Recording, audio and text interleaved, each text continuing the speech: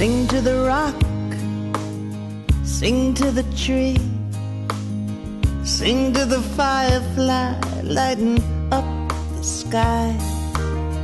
Sing, sing to the sea.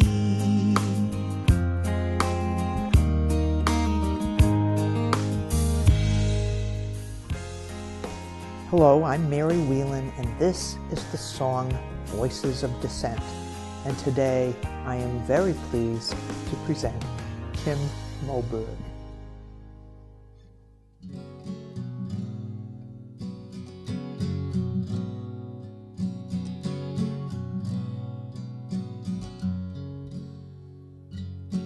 Don't say a word, and don't be afraid. Take hold of my hand and hide. Just like our drill, sit quiet and still. No one will come inside. In the quiet dark she wonders how they'll make it out alive.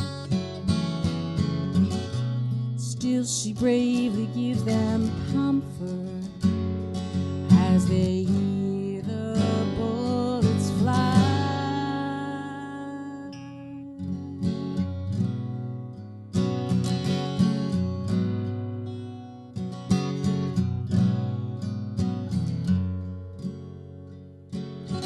ABCs, AR-15, confusion outside the door. Hear him walk in, forgive us our sins, she whispers, and then they're gone. Too many nights I've sat and wondered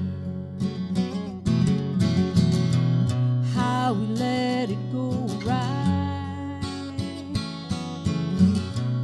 how a law meant to protect us became a place for greed to hide. Our right to bear arms,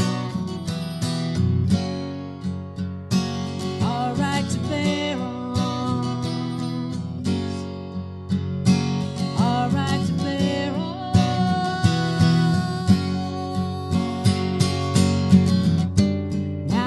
Is the time we must take action.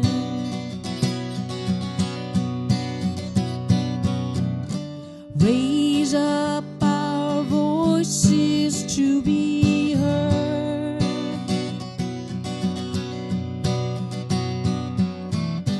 Bring back the right our fathers fought for.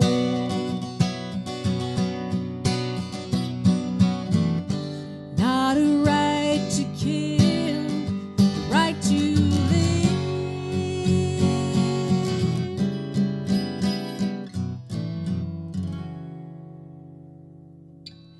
She sits on his bed, can't comprehend her 6-year-old baby's dead.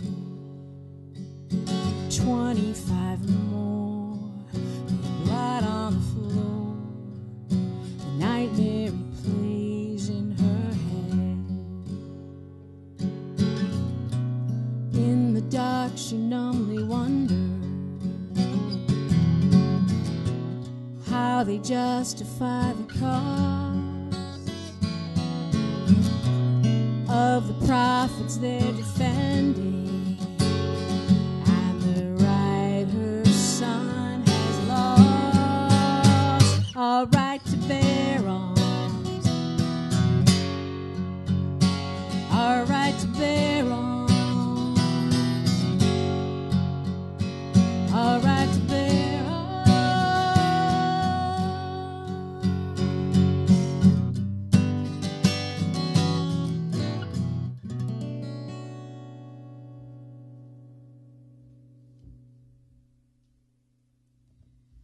That song was inspired by the Sandy Hook Elementary School shootings, and I feel our need to continue to re-examine the Second Amendment and what that means to us. The next song that I'm going to play for you, I wrote about my mom, who I lost about 12 years ago from breast cancer. But I think it's applicable to this show because cancer has really touched far too many people. And with all the things that are happening in the administration today, healthcare is one of them that really needs attention. This is called The Call.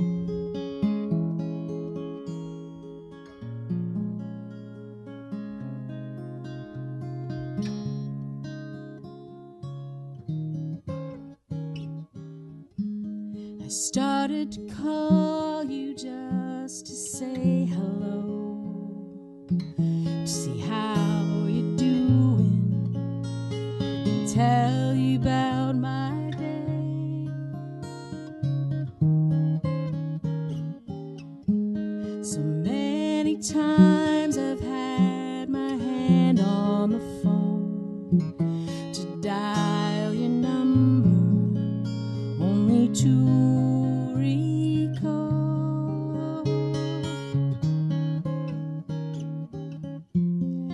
been 12 years since I had to say goodbye, but they say life's energy just takes a new form.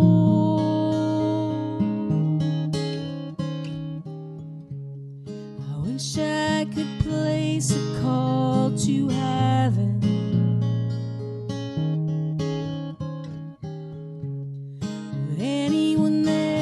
receive my call.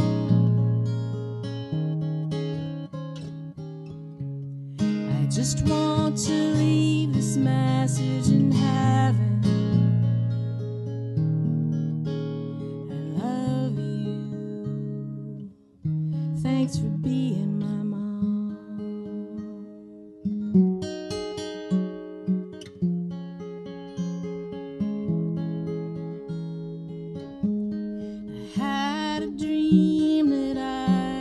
Up the phone, your voice so clear when you said hello.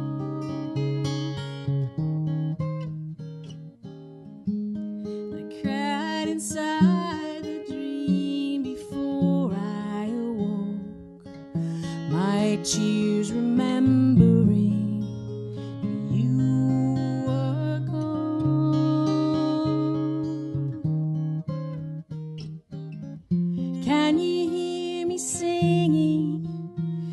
see all that I've done. Did you bring your memories along? I wish I could place a call to heaven.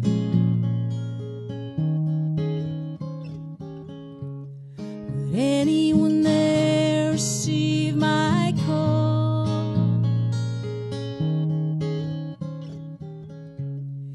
Just want to leave this message in heaven. I love you. Thanks for being my mom.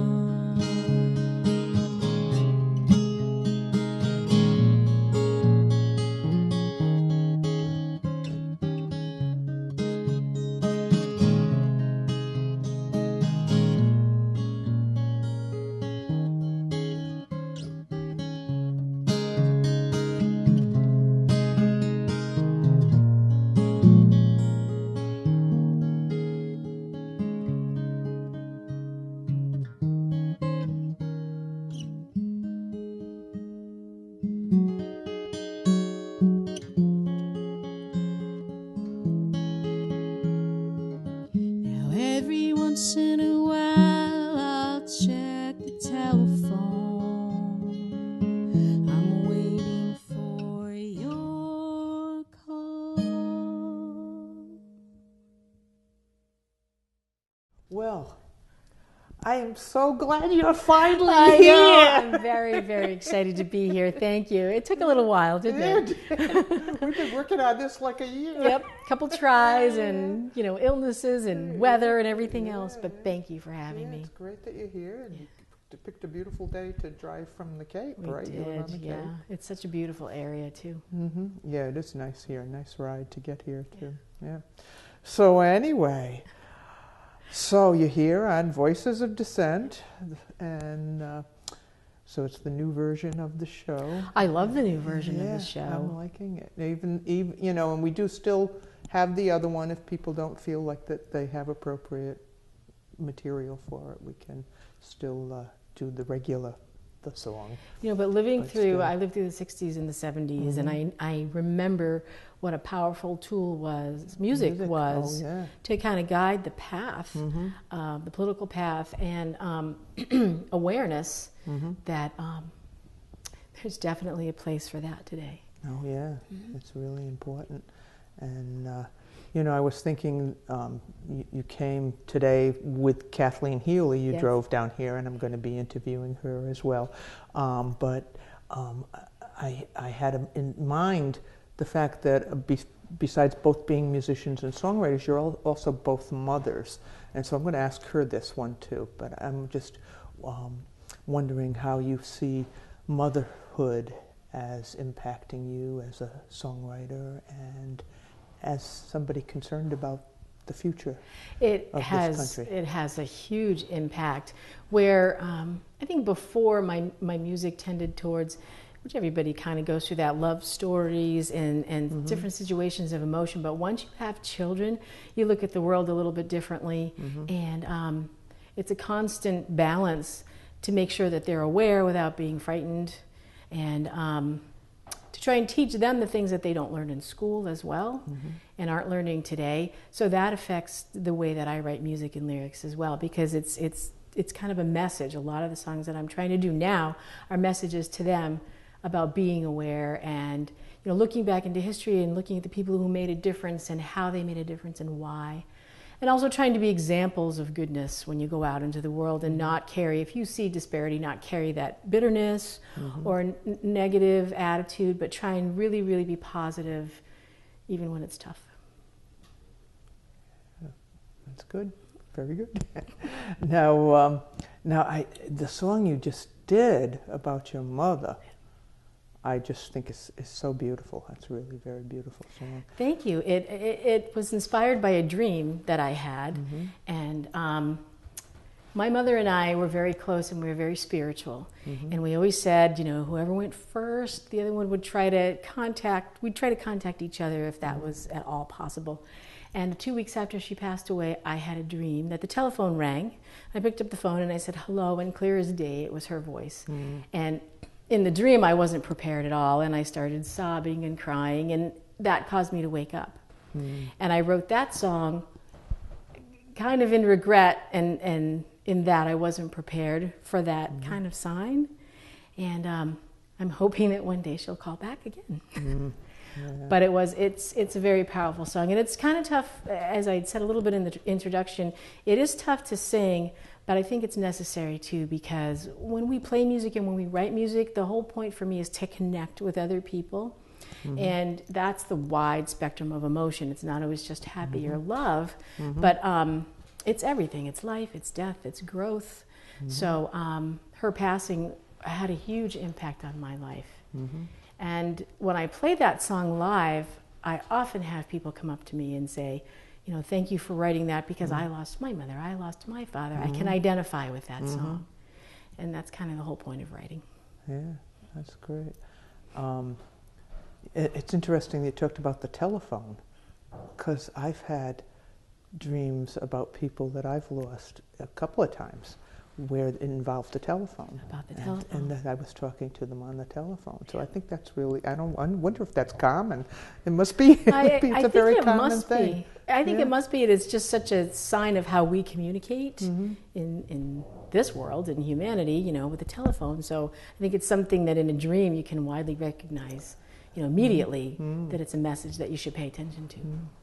Now, your mother was also a musician. My mother was a musician. She was a classical piano player, a pianist from the time she was 6. And I grew up with classical music all around, and she'd offered to try and teach me when I was a young teenager, and being rebellious, I did not. I wasn't welcome to those lessons, which I'm kicking myself for now.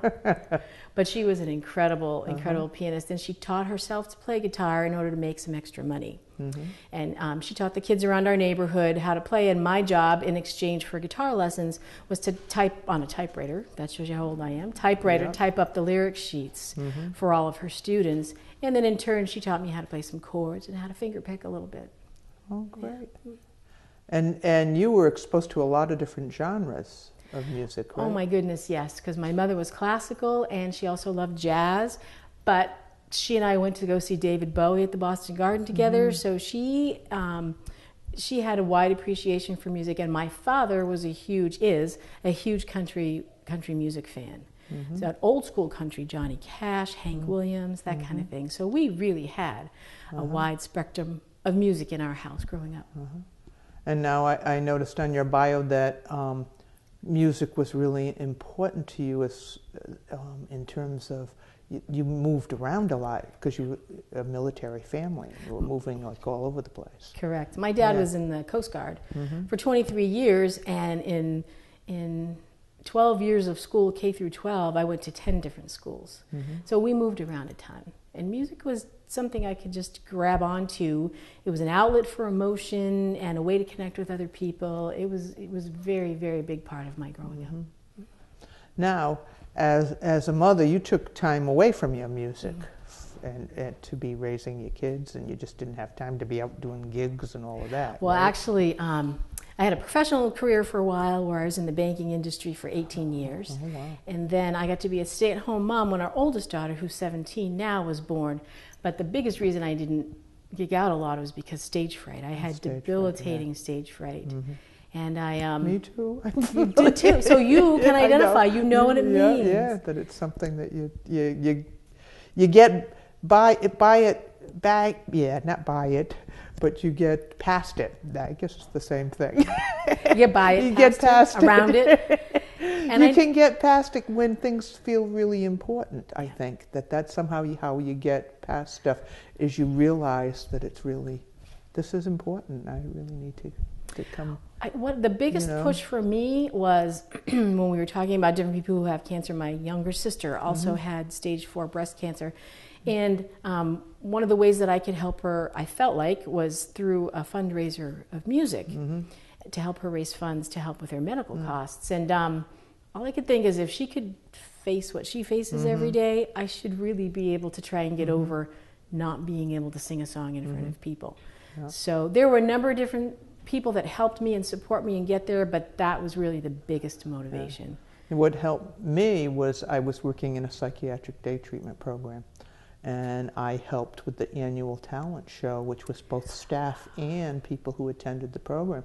And so the participants in the program, they were overcoming hallucinations and all kinds of things, psychotic symptoms, to be in the show. And so I kind of felt like, well, gee, same thing, right? I got to do it. I got to do this. I can't expect them to overcome all that and not be able to overcome my stage fright. It's liberating, though, once you do, isn't it? Yeah. And people had said that to me. The more you go out and do it, it'll finally, one day you won't have that stage fright. But that took a long time for me. Yeah. It wasn't a year. It was a lot longer than that. So. Yeah. It takes a while. It takes a little gradually. I used to think about, how would I feel safe? What could make me feel less nervous?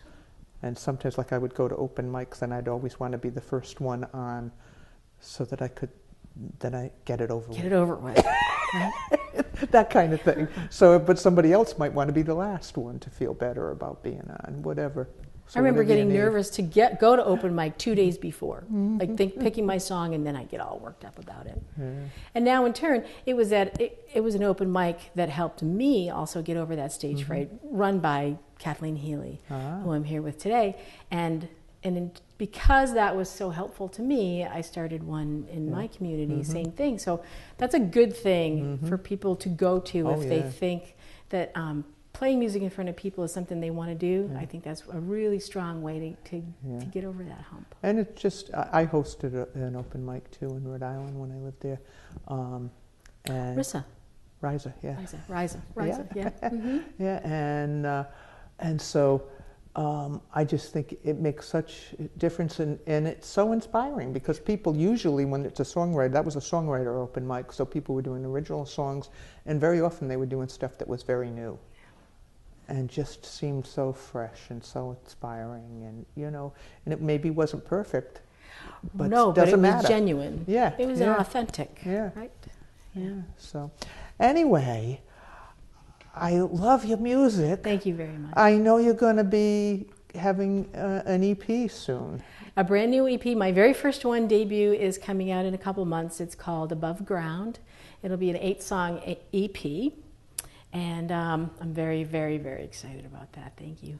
Yeah, and it's now people can go to find out more about you and your music to my Kim website. Moberg. It's KimMobergMusic.com. www.KimMobergMusic.com for the website, and also Kim Moberg Music on Facebook. Yeah, and you already have a few of your songs on the website that people... I have 3 songs on the website. Yeah. 2 are free downloads. Resist is one of them, Yeah. and Right to Bear Arms is the other. And the only thing that I ask is if you're going to download it, make a donation to the ACLU or to Planned Parenthood.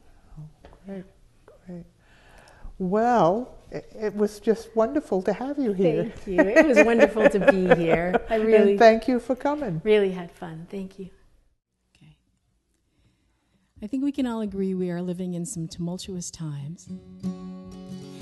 But no matter what side of the political fence you're on, I think we can all agree that deep down inside we all want the same things. We want acceptance and respect. So I wrote this song as a tribute to all those who came before me, who had the courage and the conviction to stand up for what they believe in. It's called Resist.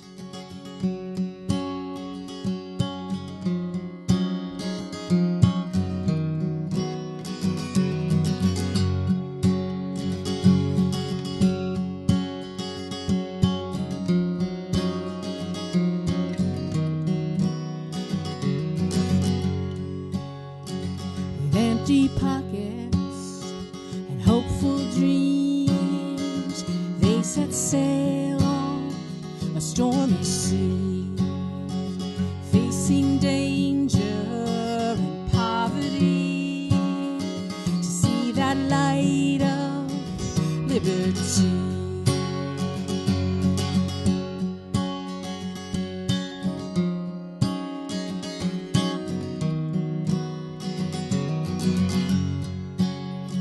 Stolen lands and broken treaties, they left their lives at Wounded Knee. The sons and daughters, these many years, still fight the white man to keep our waters clean. So I'm not willing to close my eyes. I'm not willing to accept the lies, and I'm not willing to compromise. To this I say resist.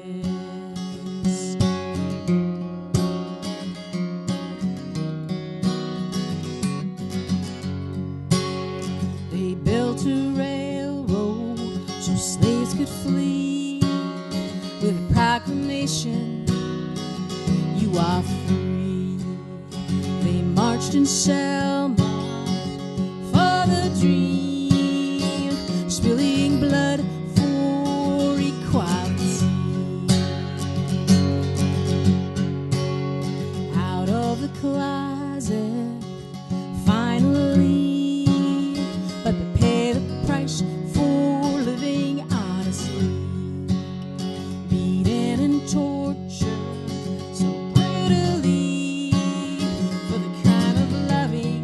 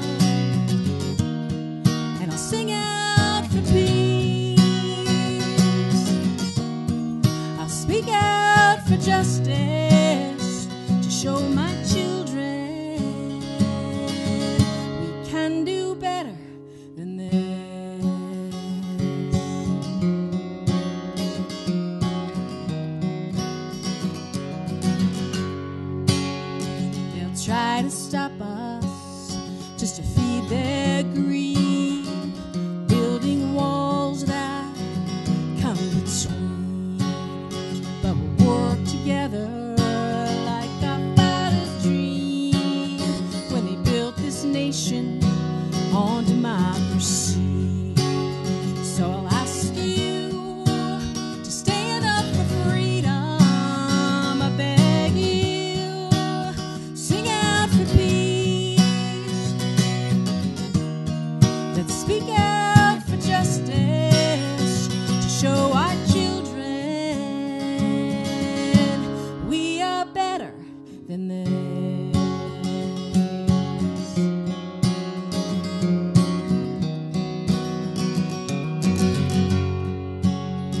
So I'm not willing to close my eyes, and I'm not willing to accept the lies, and I'm not willing to compromise. This resist.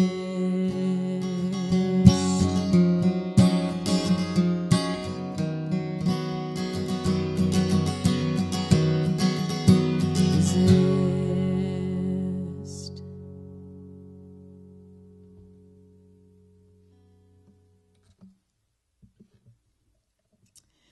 As I said earlier, we're kind of in some tumultuous times. I'm the mother of 2 children, and sometimes it's hard to know what kind of advice to give them in times like this. So I wrote this song for them, kind of as a message on how to set an example. I loved Michelle Obama's "When they go low, we go high," and this is called "Be the Light."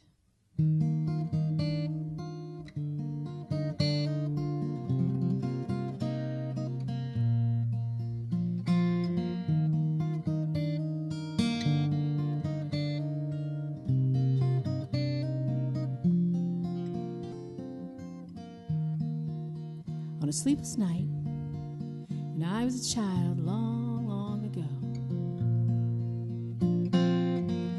naive and scared of a world unknown,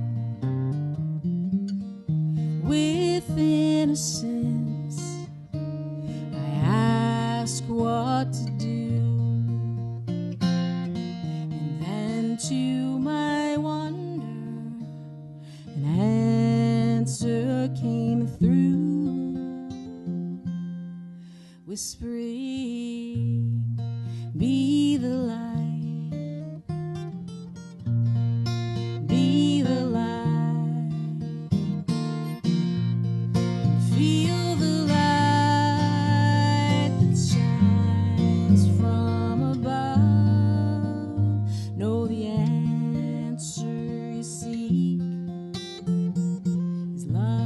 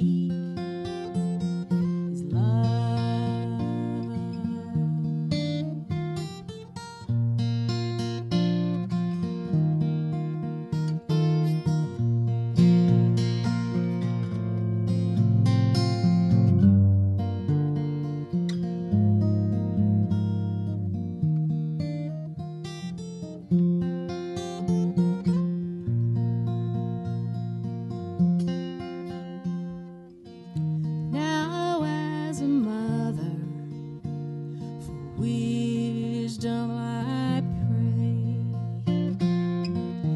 to teach my children and show them the way.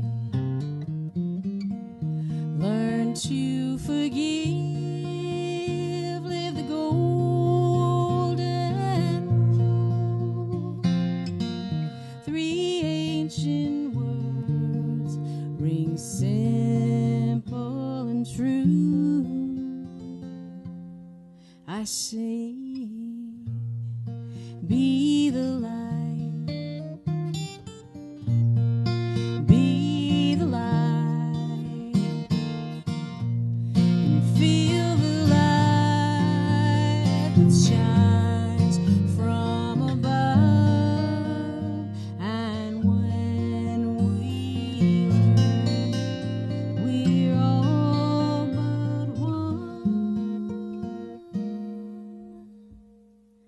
then we will grow